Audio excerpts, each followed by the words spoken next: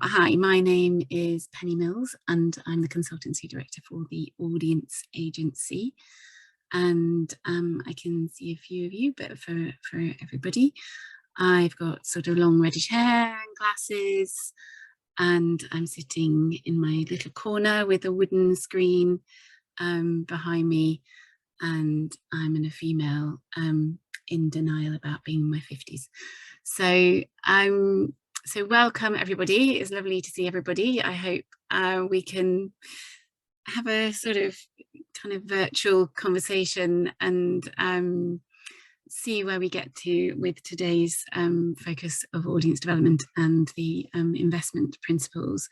So I think this was a while ago, maybe before Christmas, or after Christmas. I thought it would be a great idea for me to sit down and think, what do the investment principles mean for audience development? So this is kind of what I've come up with. It is, I guess, my perspective on this, and you may have others or additional ones, but I'm hoping in whatever context you are working, whether it's you know, in venues, working in communities, working with diverse and marginalized communities, thinking about your kind of context and place as an organization, that hopefully there's some, I guess, a kind of tools that you might use that will come out of this, or that you can apply to the things that you are already doing.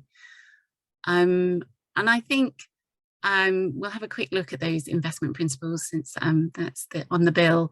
But my feeling is that you and other organisations in the cultural sector in its broadest sense have been kind of working towards this way of working for a while, led by your own ideas, creativity, curatorial practice, local communities, the people that you work with. And in a way, we're being, I guess, asked to sort of put a frame over that and to think about some of the practices that are now, I guess, more sort of demanded, given that we live in a world where there is a kind of greater breadth of how people might engage culturally, as well as on the other way around, thinking about what, how people want to do that, and how that might therefore change the way that cultural organisations, initiatives or projects may work. So I think it's this exchange between what's possible, what's interesting as artists, creatives, curators, project programmers, and also the ways that the world has been changing, obviously, over the last few years, and the ways that people and their lives are changing. So there's a lot of change in that, and I think it's how we can come at that and respond to it and be proactive and receive it in different ways that are really at the heart of what the investment principles are kind of asking of us, I guess. And I think, whether you're funded by the Arts Council or not, or any of the other funders, or whether you're a commercial organisation or independent in any other way, I think these ways of working are kind of, I think, really exciting and really productive, really creative in that kind of broadest sense of the word, and but they do challenge us potentially. And it's that kind of journey and that learning that I think is what's interesting about our current times, amidst all the other things that are going on in the world, which are also challenging. So we'll have a quick look at the investment principles, think about that frame of audience development, which I think still stands as a kind of structure for us to work in, and then we are going to think about what some of these tools are and examples. As I say, this is really a sort of personal perspective and things that have ideas and things that have come to me, and I hope that it will prompt other ideas that you will have as well. So what are all these investment principles about? So As I'm sure you're familiar with, the Arts Council has its Let's Create strategy, and these are the key outcomes. And those investment principles are about how these outcomes can be delivered on. And obviously that devolves to those who are funded by the Arts Council, essentially. So creative people, everyone can develop and express creativity through their life. So it's what's that look like? How do we make that happen? Cultural communities, villages, towns and cities thrive through a collaborative approach to culture. Quite a lot packed in there around kind of place and collaboration and the kinds of outcomes that contribute and enhance and support different communities. And then one, as organisations, a creative and cultural country, that the sector is innovative, collaborative and international. And you can see how those interrelate and kind of overlap, and that those principles like collaborative are across the different outcome areas. And I think it's quite clear as well, it's about where and how culture and creativity works for the individual, and how it's a cumulative effect, or how it works in a kind of wider context, whether it's a particular geographic community, a community that's dispersed, a community that has characteristics in common, or in an artistic community, for instance. And I think this word keeps coming up. It is all about kind of change. So it's responding effectively to the change that is already going on in the world, but in doing that, perhaps changing something about ourselves and how we work, and exploring that. So the organisations and people we invest in as the Arts Council need to change, and the investment principles are kind of helping to steer that, and that all this is towards greater public benefit. Obviously, this is what the Arts Council needs to be doing as a funding body, but the reality is obviously that you are the ones working in this context. So the investment principles, I'm sure you've studied them deeply if you are an Arts Council MPO or responding to any of their activity around these different areas. So ambition and quality, environmental responsibility, inclusivity and relevance, and dynamism. I think these are probably all things that we, are interested in as people working in the cultural sector, and it's how you make these work. So I'm going to take a public, our speciality is around public engagement. So I'm going to take a sort of audience development kind of perspective on these principles. So there are lots of other bits to them around organisation, governance, all these things, more organisational elements.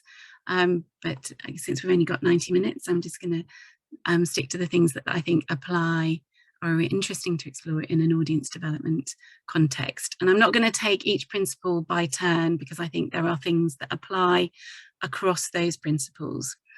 If we look here, ambition and quality, it's all about gathering the views of the public and their peers on the quality of what you do, and using that insight to shape your decisions. So there's things around, working with people, collaborating, involvement, and I guess consultation with a broad range of kind of stakeholders to inform what you do. Dynamism is a whole package of things that are interesting in an audience development context. Diverse skills, thinking about inclusivity, being entrepreneurial, obviously maximising income, being resilient as organisations, which means that you're kind of you're able to kind of weather things that come at you, and whether that's financially, organisationally, around audience development, and that you have the ability of organisations to take on the unexpected as well as plan and see what's coming kind of at you from the future, an effective data culture, and obviously adoption of technologies. So when we're thinking about the way you work, digital engagement, thinking about that data culture in terms of what data we keep and what we use it for. Inclusivity and relevance, I think this one seems to be the most obvious in an audience development, public engagement context. But this is all about closer connections with communities, and thinking about those that your organisation is not yet engaging, or people who you feel are marginalised and therefore they're not considering culture or your organisation or the work that you do something that might be for them, or how you might support them socially or economically through your work. There's quite a lot packaged in there, and you'll know from your own understanding of people who you do engage and who you don't, where you think the interesting relationships and connections and benefits would be for different kinds of people. There's obviously people who are underserved by society as opposed to and marginalised by society, as well as those who are perhaps not represented across the cultural sector in some ways, or who have less or limited or no access to opportunities to be creative or engage with things culturally. So I think we have to think of these things from all sorts of different perspectives. And finally, environmental responsibility, which is increasingly a concern for society, for the world, for our communities and for individuals, and obviously as cultural organisations, there are great shifts being made in terms of how you might deliver. This is suggesting you need to be leading your communities, therefore you're setting the example, building their trust, and perhaps encouraging them to slightly change their behaviours in what they do in relation to engaging with what you might do, but also brings in a whole range of themes and issues and opportunities to kind of respond to. So there's quite a lot kind of packed in just taking that one kind of perspective on the investment principles. So I've sort of taken a kind of a view on that, and thought of a number of things and tools that I think may be useful, and some examples that you might use in formulating your own strategies in response to delivering on those investment principles. But really, at the heart of it is obviously not delivering on the investment principles, it's delivering on your own mission and vision as organisations, and thinking laterally and from new perspectives about what you might do or deliver and the way that you do things as an organisation. And I think it's clear here in the group that we have here, there's probably different perspectives to share. And while today may not be the right platform for that, because we've not got a lot of time, I think it's interesting to always look to all sorts of different perspectives in order to work out what it is that you uniquely may do, or what you think you can be most particularly effective doing. So I'm just going to kind of frame audience development, and then I'll share a Menti so that we can just hear from you a little bit. So obviously in our Skillset series, we have a whole bunch of sessions, one of which is around audience development. So I thought I'd just be a little bit topical today, and just also think how we can learn from the kind of broadest range of the cultural sector, here being the recent Glastonbury. But just remembering that audience development is essentially thinking about how we invite people to do things, to do something, to engage, to participate, to collaborate, to get involved in one way or another, whether they are new to that experience or whether it's something they do regularly, whether they feel totally confident in what they might be doing, or whether it's a sort of whole voyage of discovery. So it's how we make that invitation that I think is really important. And those investment principles are obviously asking us to not to move away from the more kind of transactional and actually think about what you're offering from the perspective of your potential participants, visitors, engagers. It's also potentially asking people to kind of develop, do something in a kind of different kind of way, and think about how you might invite people to do something that they haven't done before, or to engage in a different way, or to get more involved with what you're doing, find out more about a particular activity or art form, go deeper. We might just be asking people to do something they have never done before. So there are different ways of thinking about how somebody might go on a journey with you or engage with your organisation. And obviously these pictures are from young. I think it's interesting to look at some of these organisations that have recently kind of been redeveloping and redesigning and reinventing themselves, just to sort of see how that happens. Obviously the Museum of Childhood, which is one of the V&A museums, is now Young V&A and opens shortly. And it's creating spaces for interaction and engagement and opportunity for younger people, as well as having the collections there. There's a greater focus on it sort of being a bit of a blank canvas for, and with some stimulation for younger people, obviously now up to the age of 14, I think it covers,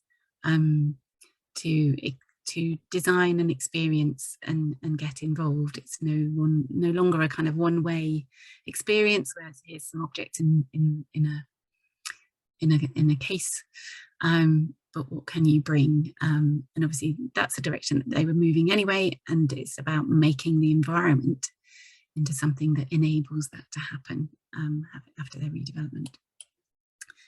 We have these, there's lots of talk of principles today, I'm afraid. So there's some audience development principles, which are quite useful. So we're thinking of this ongoing change. So all these things are going to be an evolution, and it's how you track that change, how you monitor it, how you respond to things coming up. And it should be about the mission and purpose of your own organisation. As soon as you kind of get subverted off that, then things don't stop to sort of make sense, I think, and the integrity and authenticity might fall away. It is about your whole organisation, as I'm sure the whole organisation has conjured with the investment principles, but when you're thinking particularly from the audience perspective, that is about the whole organisation as well, of course. We'll talk a bit about evidence and segmentation and thinking about different things for different people. Obviously the users involved and is important.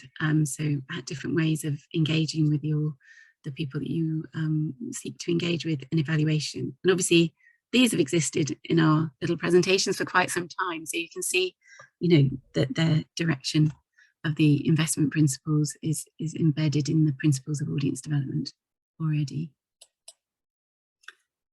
I think these are the interesting things in terms of the balance. So as organizations, you have to kind of think of this kind of balance, between the people that you engage, your own kind of resilience, prosperity as an organization, in that there needs to be some income earning, generated income, fundraising, all those sorts of things, and this kind of environmental balance.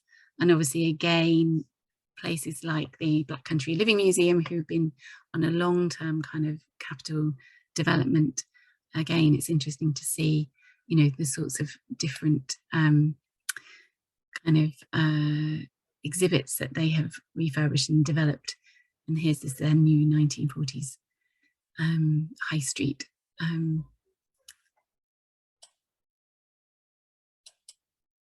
So I'm I'm going to sort of take a bit of a pick and mix about how the sorts of things that you might do and some examples of things that have been going on that you might kind of consider.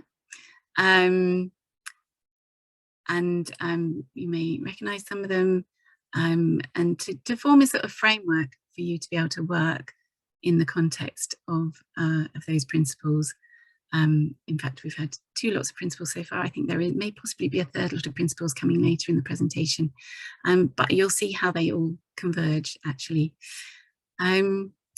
Great. So I'm going to invite you to think about what the kind of future holds. So if you go into menti.com, it'd be great to hear from you. What you're excited about for the future. So what are you excited about for the future? If you can't get into menti.com, which works on any kind of device, then pop it into the chat instead. But really, what's exciting you about the future in terms of what you and your organization are doing? Someone's got a new collection, brilliant. Working with interesting artists. More and different people coming. Doing a project from start to finish, that's always really nice as well.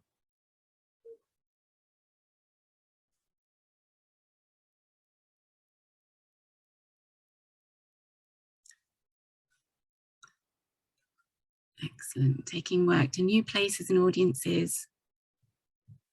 Increasing representation and inclusivity.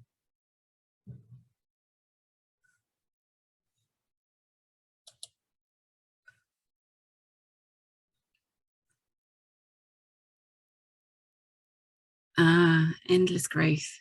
Well, let's help you manage that. Collaboration with artists. So making things at a bigger scale.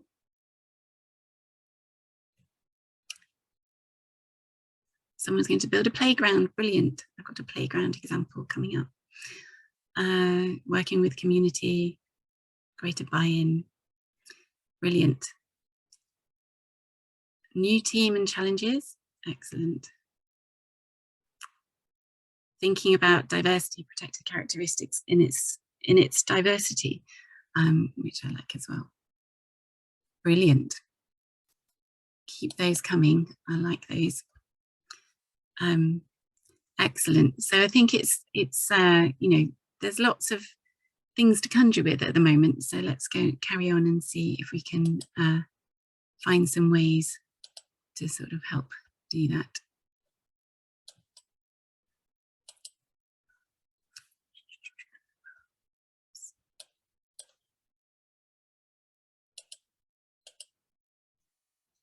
Not that.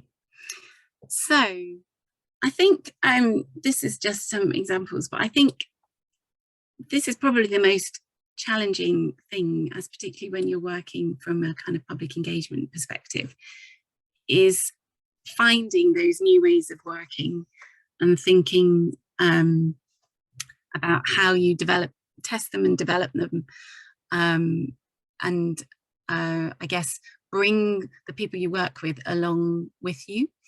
So this example on the left is the donut theory of economics, which is very much different from our sort of more kind of capitalist view, where you're finding this balance between the core things that people need, the social foundations of a functioning kind of society, and this kind of the environmental kind of balance on the outside, so that we're not we're making sure that everyone is fulfilled in their lives in the most core and basic ways, and in the health, food, water, education, networks, communities, but while trying to not have a too greater impact on the environment. So there's this kind of sweet donut in the middle. So introducing new paradigms, I guess, about how we think, and in a more kind of cartoony way.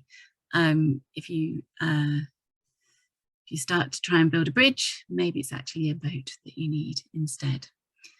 So this change way in thinking, we've talked about, I think there's been talk of kind of systemic change, in that you're not trying to engage people in a way that is trying to change the way that they might behave. You're trying to take on new ideas so that you're behaving in a way that chimes or matches or resonates with the people you're trying to engage. Instead of saying, we've got this, how do we get you to come and see it? Basically saying, okay, if we were going to do something, what might it look like and how would we do that? Which might mean that you come up with a boat instead of a bridge. So I think the first thing is plotting the idea of that change and this is where your kind of things emanate from your own mission and vision. It might be your whole organization that's going on a journey. It might just be an aspect of it. So things like the theory of change model are really helpful as a collaborative process for you to plot out what that story or that narrative or that change may or may not look like. And trying to do this in, I guess, as specific a terms as you possibly can. Because otherwise it's just a whole bunch of stuff that you might do. By having this, you're constantly coming back to it to say, is this furthering our narrative? Is this pushing us or helping us work towards that ultimate goal? So at your bookends, you've got the long-term goal or change. At the moment you've got, it's called a problem or something, but what is it that's not happening? What's the challenge? What's the kind of conundrum? What's the problem? And in between those, you have, how do you make that invitation? What's the key entry point for the people that you want to engage? What do you do to bring about this change? And what are the benefits? What can you see happening that will mean that you could recognize that you have reached your change and goal? And there are some great tools on how you might do this. But it is a whole organizational collaborative kind of approach. And it may be embedded in your business plans already. It's just kind of surfacing that in this way. And you may have done this kind of exercise already to get to your current business plans or funding bids. But it's a really good way of kind of honing your thoughts and getting agreement from across the organization as to what your path may be. I have just made some suggestions here, but you may have others in that. So creative talent doesn't reflect the profile of the local communities that you want to engage. So there's a sort of mismatch. We've seen this, for instance, in Lambeth in London, where they realised that creative industries were not populated by the diversity of people who were younger in the population, who were interested in cultural creative careers. So there was no role models, there was no, I guess, kind of ways of doing things that matched between the population who might be interested in creative careers. So they brought younger people together with the sector to have that conversation and to think about, through careers fairs, through apprenticeships, through a kind of brand that encouraged people to engage. They can shift it's called Elevate. So there are various aspects to it. It now works at community level within schools and also in terms of your early career. So in this case, it might be the communities on your doorstep, in that they are on your doorstep. So the invitation is very close and hyper-local. We'll talk more about, actually what's the collaborative and creative involvement look like. You can think about, well-being improved more broadly, which does come up quite prominently in the investment principles, as well as having creative careers or careers in the creative sector. So then that creative is not only a vital part of the community life, but it also, it naturally nurtures talent. So I think it's finding out what your narrative might be, and thinking about working that through, and being as specific as you can, and making sure it's these things that you are able to do, you have the expertise to do, that your organisation is well placed to do, and that it's really obviously vital that you really know and understand what it is that you who it is that you want to engage, so that you're not making assumptions that don't really work in this kind of flow model. I think it's also really nice to think about, there's a lot of talk of kind of well-being, and this new economics forum model, which I'm sure some of you may be familiar with, is a great way of thinking well-being in its broadest sense. So we're not speaking necessarily about health and well-being here, but this is about broad sense of mental well-being, and what encourages people to have that in their interactions with the world.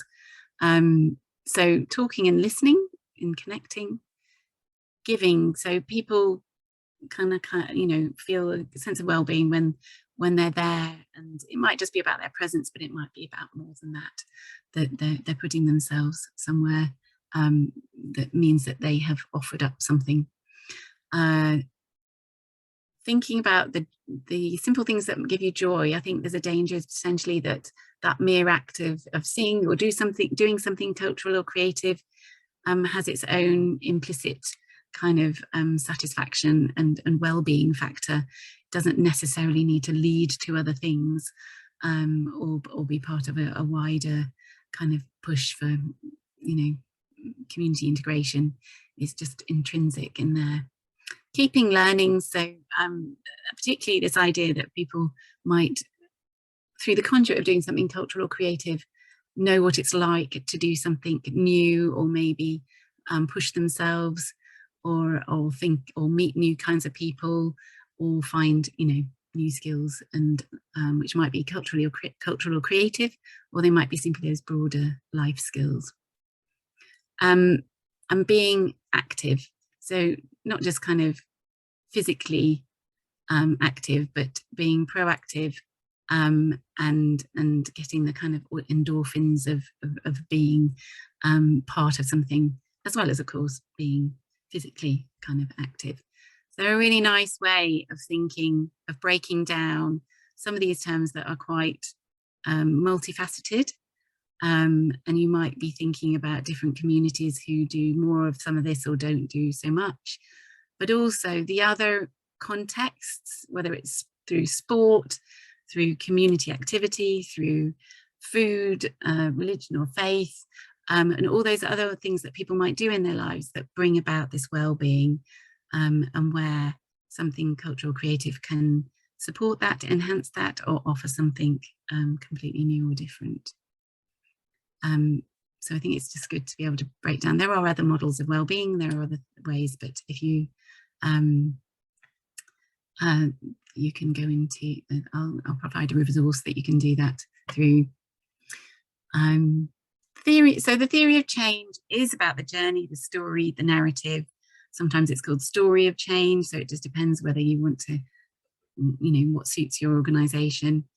But it helps you define what you're planning. It makes it collaborative and consensual with your colleagues. And it also means that you've got some ways of knowing what that change might look like in its specifics.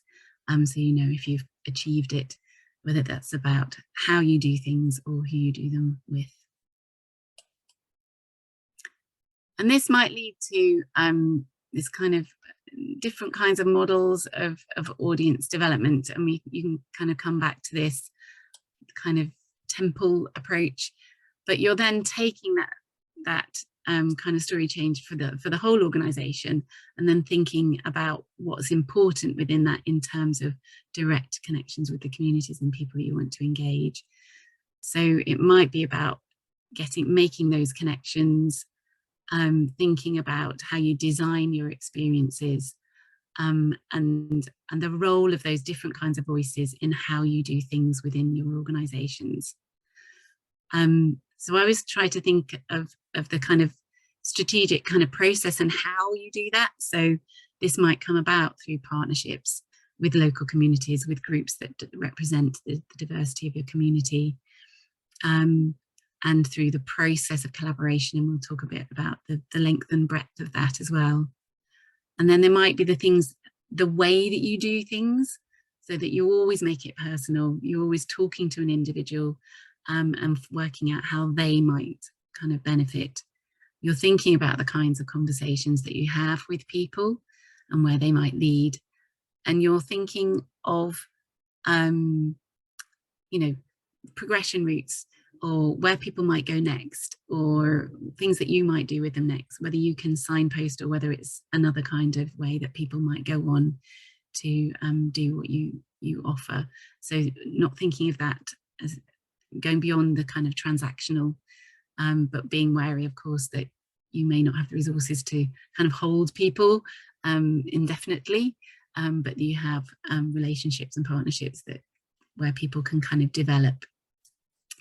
And again, another set of principles which you might, these are quite generic, so you might want to be much more specific than this.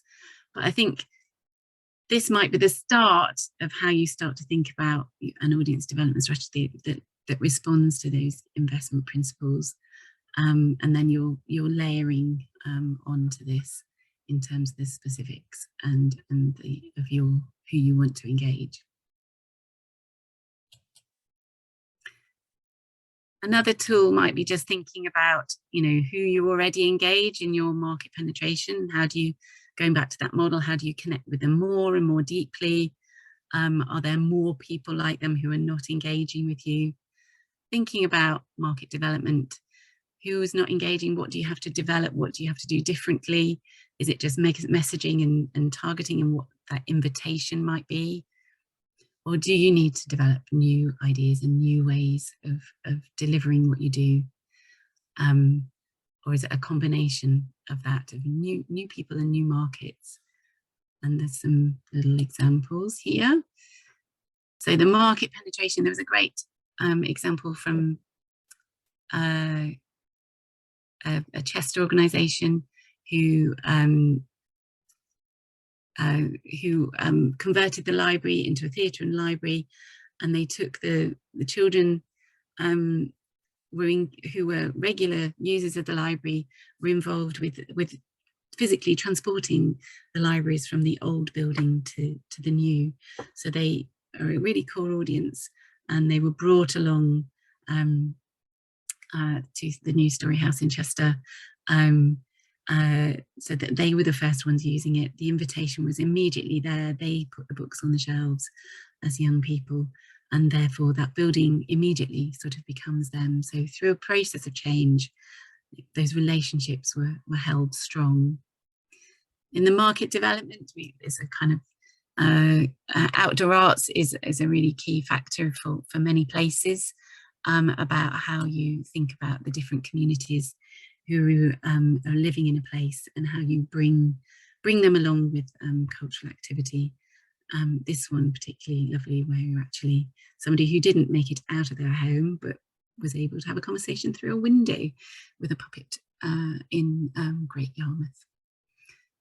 The product development, not a cultural one, but if we're thinking about kind of quality, I suppose we're used to a kind of baking kit in a bag, but when you dress it up in a bottle and it's visually interesting, and it looks kind of rather nice, does all the same things as something you might have gotten out of a kind of previous kind of packet, but actually the presentation and the intriguingness about it and how it works is given a different kind of perspective.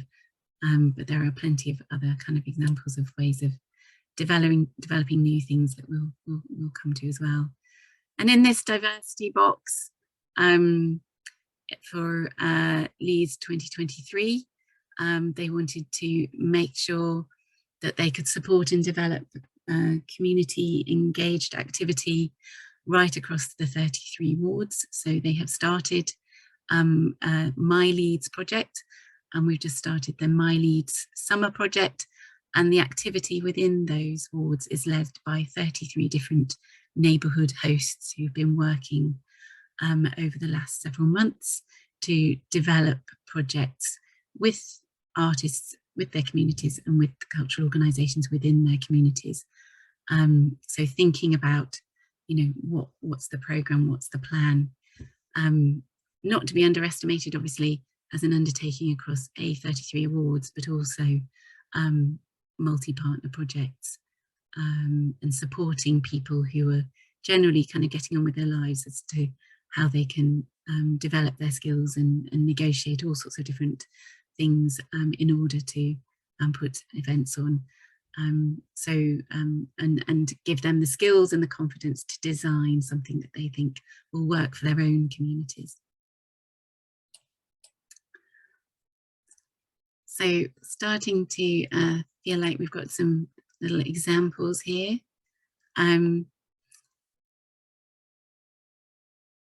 There's some little examples coming into the chat. So if you have other examples here. Some shared thing about getting evaluation data for people with learning disabilities. So send in museum. So thank you for that.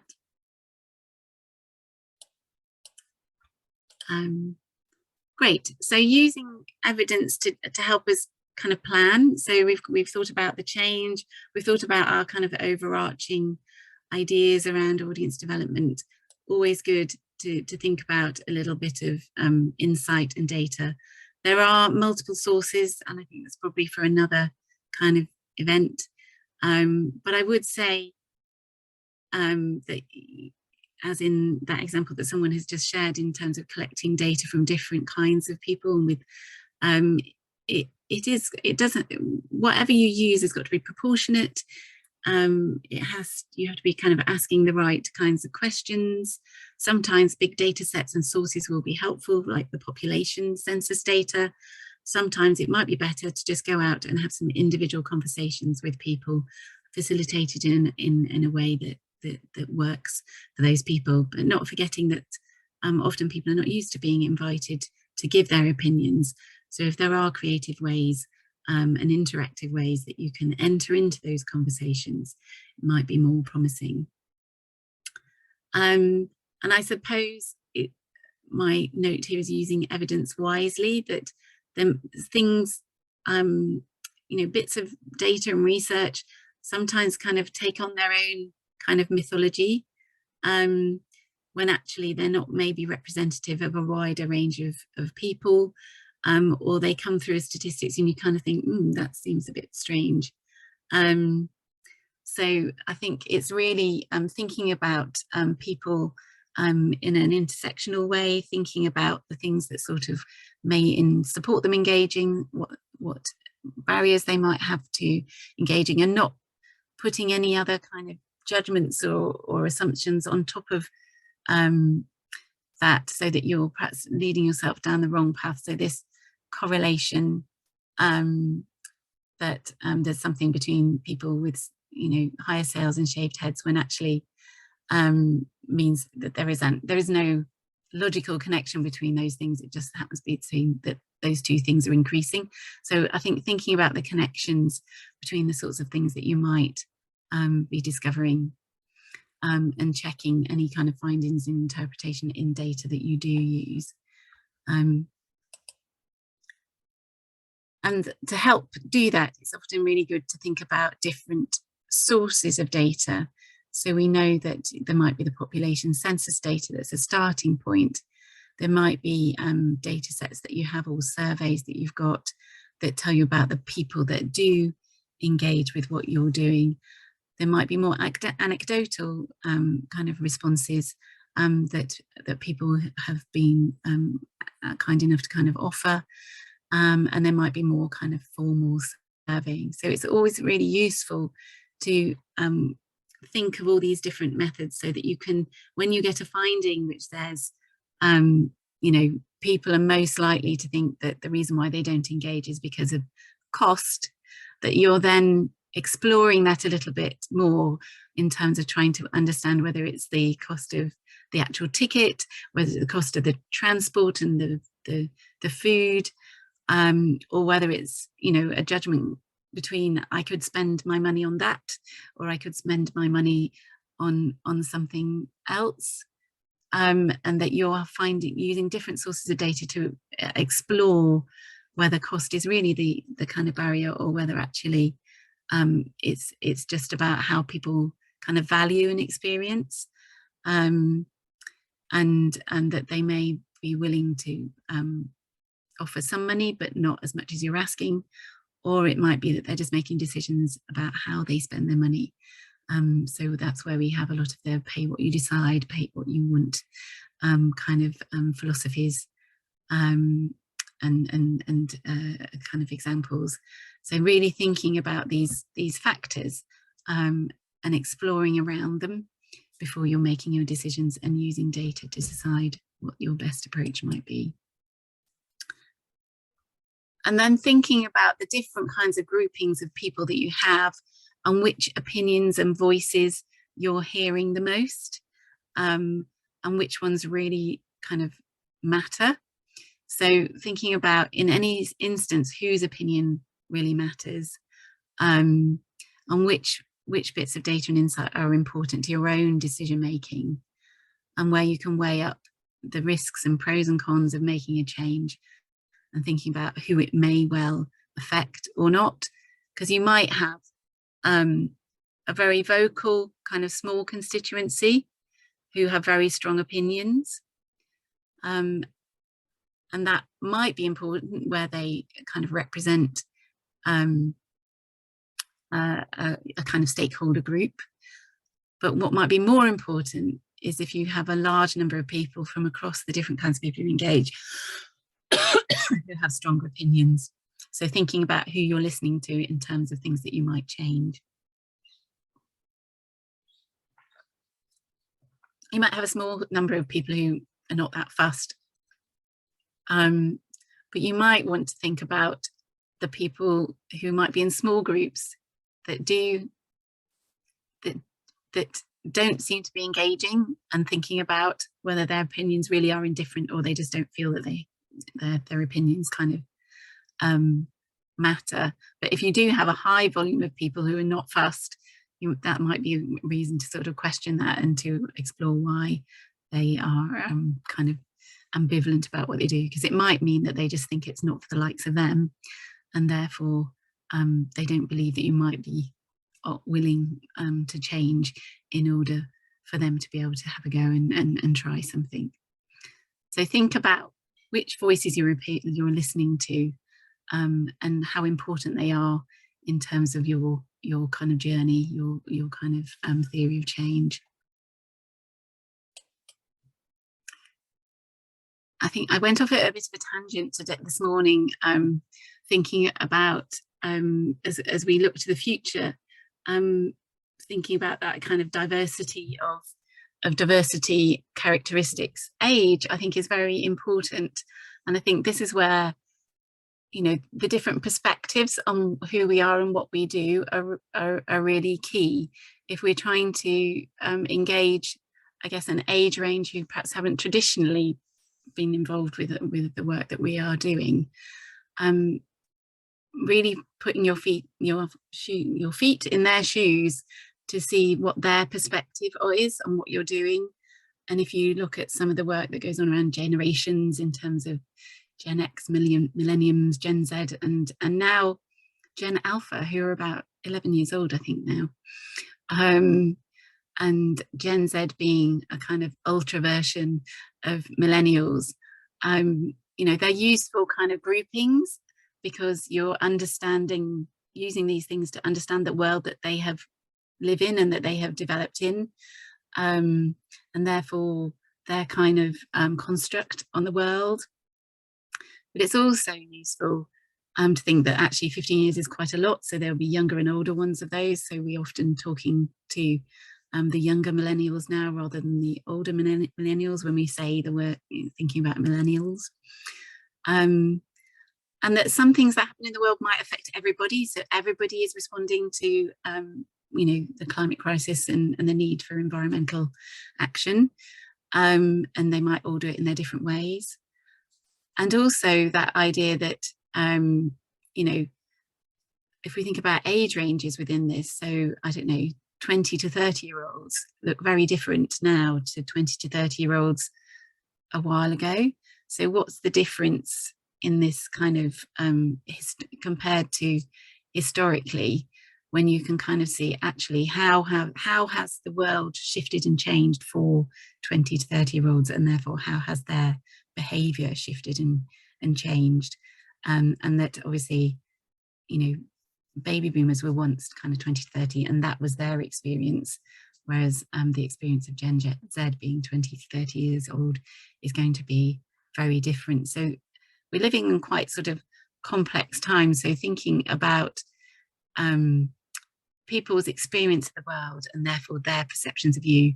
And I was looking this morning, there's a very good video by Henry Rose Lee, who's an intergenerational expert who works to support organizations to understand and work effectively with different kind of generations or age sectors of people.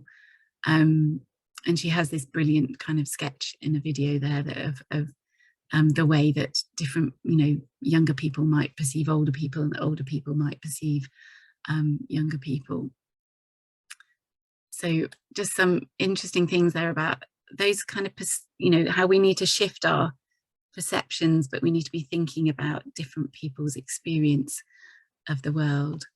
So we just sort of Generation Y and millennials who like appear to be kind of super confident, and then we get Gen Z who's competitive, and then Gen Alpha who are really just saying this is our world and we're going to just take it on. So useful context for some of that, and then it will prevent us, I'm sorry, this is such a bad picture, doing rather bizarre things like this. For the Satellite Car Railway, quite a complex way of finding an augmented reality app that involves lots of instructions.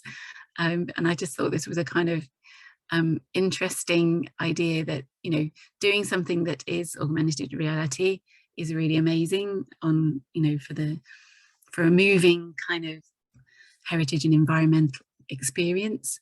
But in terms of, you know, this many instructions and, you know, the sort of technology is there, but it doesn't really invite you necessarily because it seems a little bit too complicated. So how do you, you know, make this something that is, this was probably targeted at a sort of slightly older demographic because they would need these kinds of instructions.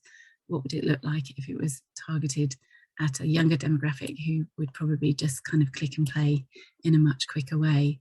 So I think we're in this trying to transition. The technology is there, but how do we engage with people? How do we make it easy to use and engaging? And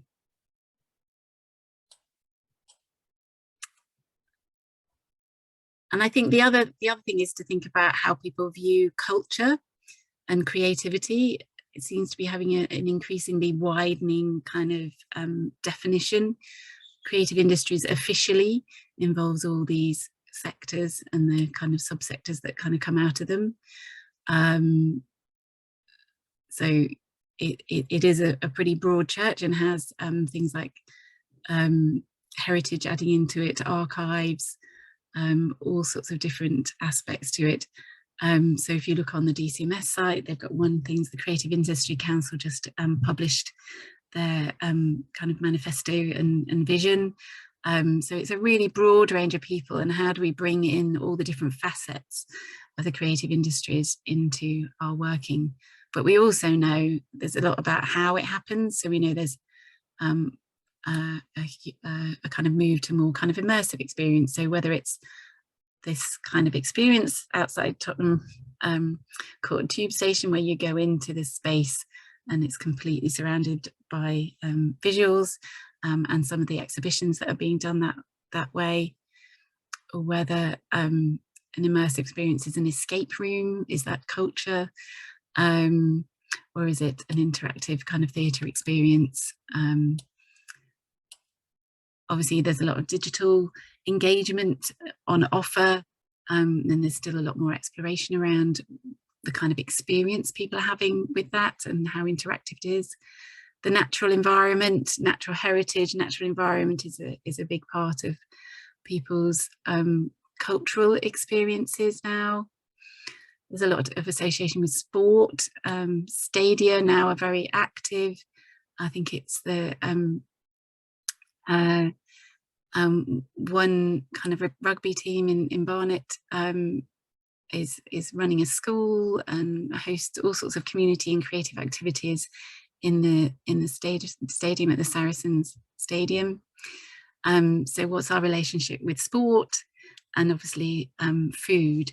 So how are people perceiving what culture is? If you ask most people what culture is, they might have arts and creative aspects, but they probably have all this range of things as well. And obviously a lot of events and activities involve this wider range of things. And some of these wider range of things might resonate with people, be the kind of invitation that they're looking for.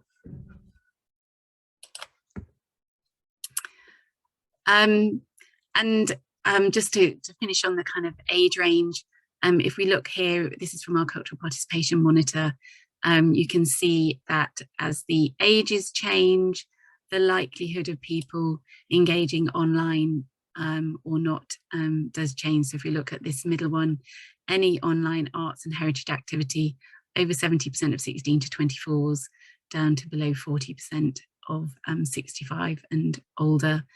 So there's a willingness to engage digitally in the younger age ranges, but also participatorily. So this last one, any creative participatory activity, so up to 80%, and 70% for those under 45, and it falls off. So these are trends, if we can offer the kinds of experiences, but as well as in-person activities, which obviously is still high for quite a range of ages, this growing interest in what you can do online and participatively. So we know that people are interested in these areas, and it's how we might respond and how we might be involving what they engage with. We did quite a lot of work around user-centered approaches. So there are some examples here of tools that you might use to bring that into your work that you might recognize. So this idea of using personas, which get used in quite a lot of different ways, but it is a really effective way of either having a conversation about different kinds of people and really getting beyond them just kind of coming through your doors or clicking on a link, and thinking about where and how culture and creativity is part of their lives. And that enables you to really open out what the conversation might be with somebody about where they, what kind of creativity and cultural activity they might be interested in.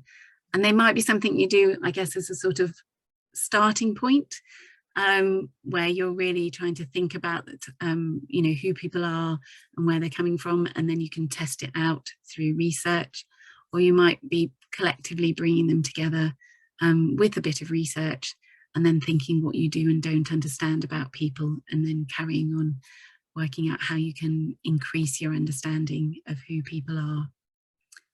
And obviously when you're thinking about people from different communities and different kind of who have different kind of characteristics, really not making any assumptions and really thinking through who it is and just testing out your own assumptions with people as to what they're interested in doing and how they might do it. And you can add to this, you can make them creative and exciting. You can think about, how they conduct their lives, what kind of routes, what's their local environment look like, and you can think about their journey towards kind of cultural activity. What do they need to do before, during, and after in order to have the experience, and what kinds of things are they experiencing, positive or negative, along that road. So you can really delve into and deeply understand what it is that, the moments where you think people might experience barriers or lack of confidence or question how things are happening, as opposed to those ones where they're thinking, this is really working with you, that I can resonate with. So those tools are quite useful, and you can construct it again hypothetically, and then you can work with people to say what your journey might be, and the things that, even if you're walking around a museum, you know, the things that you see may be completely different to the things that somebody else might see. So it's all about their perception. So you might be thinking about this flow, who's engaging, and thinking about that relationship between who you want to engage and what you want to offer them. What are the particular things that really motivate and have meaning to people? And then you're delivering on your purpose if you think, you know, that they're feeling the benefit in one way or another, depending on how you might have defined that in your own story of change. And just a quick note to say, a lot of this is based on using the design principles. So when they design a video game or a piece of design furniture, all these sorts of things, this idea that you're throwing out all your ideas to begin with, and then you're refining those down, and then you're testing them in that develop phase, and then you're kind of delivering them. So there isn't a kind of, you know, produce it in its full form and deliver it and then see if it works. This is the process when we're talking about collaborating and thinking from a user perspective, that you're constantly looping around to think about the things that would really work in the context of what you're doing. And there's a toolkit called the Audience-Centered Experience Design that was part of a European project we did called Adeste Plus, which takes you through the stages of how you might think about introducing this kind of flow of design thinking and experimentation, and really being very user-centered into how you develop what you're going to offer people. So it starts with this empathizing area, which is those personas and journey mapping, using research really effectively, and then refining that, and then coming up with some ideas, and then taking those to people to kind of test them, and then deciding which ones have got legs and that you're going to carry on with, and which ones perhaps need more testing and more looping around. So this kind of constant kind of learning cycle is important. And this could be very simple. It could be testing out a message in a social media post, or it could be testing out a project that is about co-creating a work with people from a particular local community. So you can do it at a very small scale, or you can do it in terms of developing other kinds of projects. I think there's a lot in the world, in those investments principles, that talks about things that I've kind of broadly called because I think the word is, often people talk about co-creation, but I think as some of the work that has been done already by the sector shows, that there are various different ways of involving and doing things with different communities and different people, and they're not all necessarily co-creation, but what's important is what you do and how you do it, rather than necessarily the label of co-creation, and also what the outcome is, in that you are designing and developing things that are of and for and with and by the people you are engaging, and that your role is as much facilitator, inspiration, and providing space and place to do things, as it is equally balanced with being, you know, an artistic or creative or curatorial kind of ambition. So that balances it out. This work has been going on in all sorts of different really interesting places. So you might look up Shakespeare Nation, which the Royal Shakespeare Theatre, not the Royal Court Theatre, has been doing, and has now kind of expanded, which built on its Shakespeare in Schools programme, but was looking about how they might engage adults from different kinds of communities who have perhaps not had any experience of theatre and or Shakespeare, and how engaging with the language of Shakespeare is a really amazing journey for them. So they were working with communities, and these ones are at Blackpool Grand, to integrate working with the language of Shakespeare and their own lived experiences in a sort of co-creating context. So there's all sorts of things going on in that. And it's been a really interesting journey for the Royal Shakespeare Company about how they work with those people, to the point that it's now an established aspect of what they do. And many of these people have gone on to have a sort of 6-year relationship with the Royal Shakespeare Company in one way or another. So an interesting example to look up, as is the one that has been developed through Stage Directions in the Northwest, through the work led by the Lowry, but lots of other partners in there in Salford.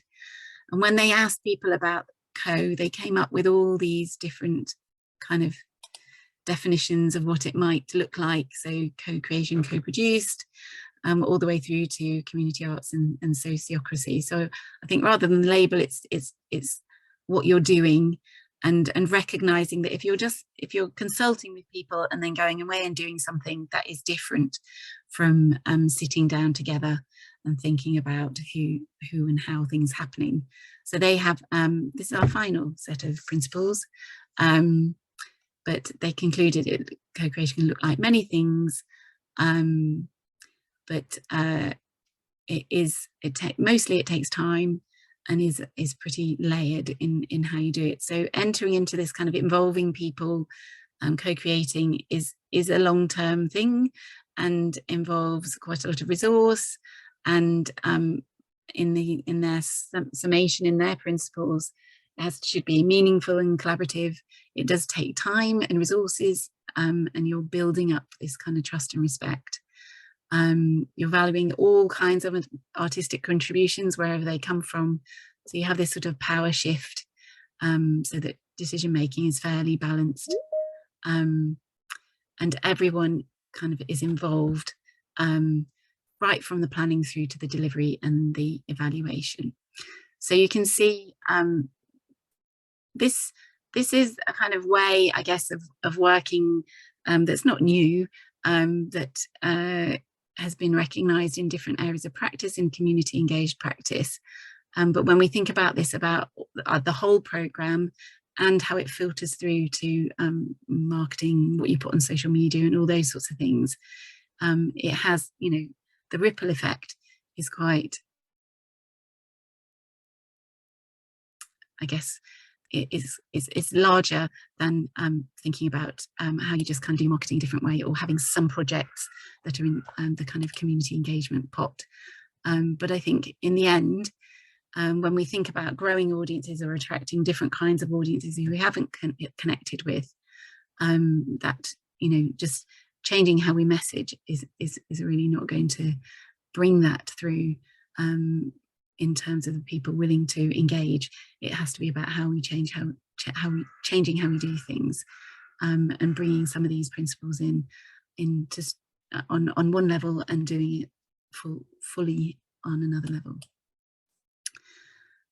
That the other aspect of kind of thinking this user-centered design thinking way is testing things. So being really clear that when you do something the first time, it may not work. There's the example of the Orchestra of the Age of Enlightenment with their night shift, which they started many moons ago, where they said they were going to commit to doing 3 late night concerts after their main concerts, which were kind of stripped back, more casual, interacting with the audience in a completely different vibe. But they say if they hadn't done 3, they probably would not have carried on, but committing to a good kind of viable test, so that you can really understand what's working and what's not. And this is the playground example. Assemble in Glasgow had a space in an area that was going through kind of regeneration, and they worked with children over a long period of time to say what kind of a space are they looking for, what would they like to do with it, and what it looked like. I think there is another picture where it is basically running around in the mud making things, but it's a place where children can create and do and build and develop, which is totally shaped by the children who use it, and it continues to be kind of valued on a long-term basis as the change and regeneration goes on around them. It is good in your testing to have a bit of a scientific approach. So this comes from school children's science experiments, but you need to be able to trust the results that you find ultimately. So you need to know whether you're giving it a fair test in terms of really understanding what it is that you're trying to examine, and understanding the environmental aspects which you can't account for. Thinking about what it is, what your kind of research question sort of is, and measuring it appropriately, and thinking how you might then kind of repeat it. So a nice little kind of scientific method to think about in terms of your testing, that you need a structure around it in order to make your decisions based on anything that you might do. And likewise, you know, being really clear and putting the resources into the testing, and thinking about, you know, how you give people a task, how you monitor it, and then how you think what the recommendation might be. Particularly, it's much easier in a way doing it with digital products, because you can come up with a minimum viable kind of approach very easily, minimum viable product. Harder to do kind of in person. But the same principles should apply, and you can find out more about that there.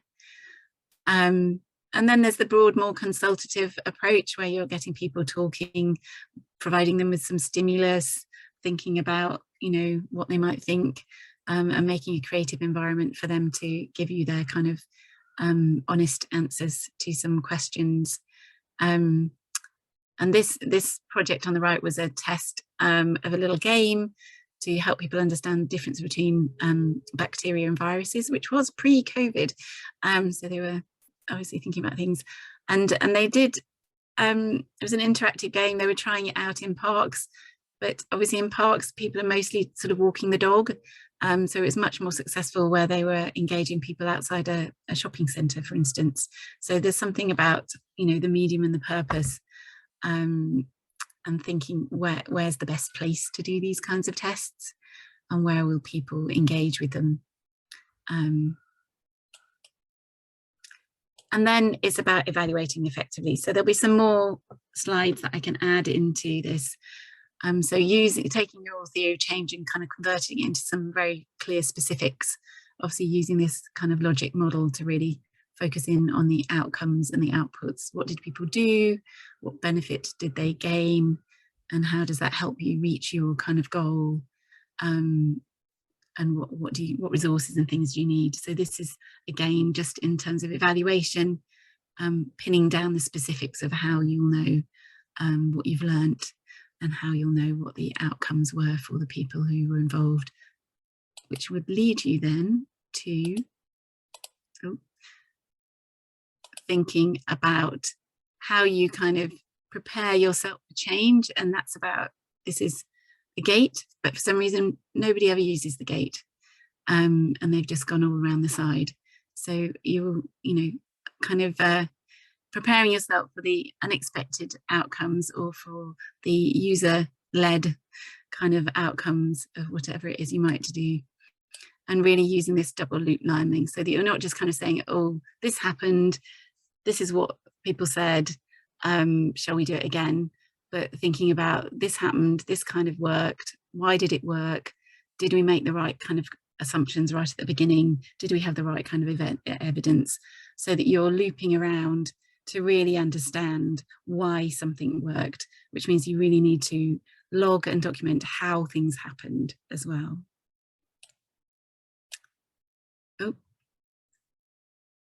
And being really open to what comes out of that, so that you're constantly putting that back into your organisation and into your thinking and into your activity.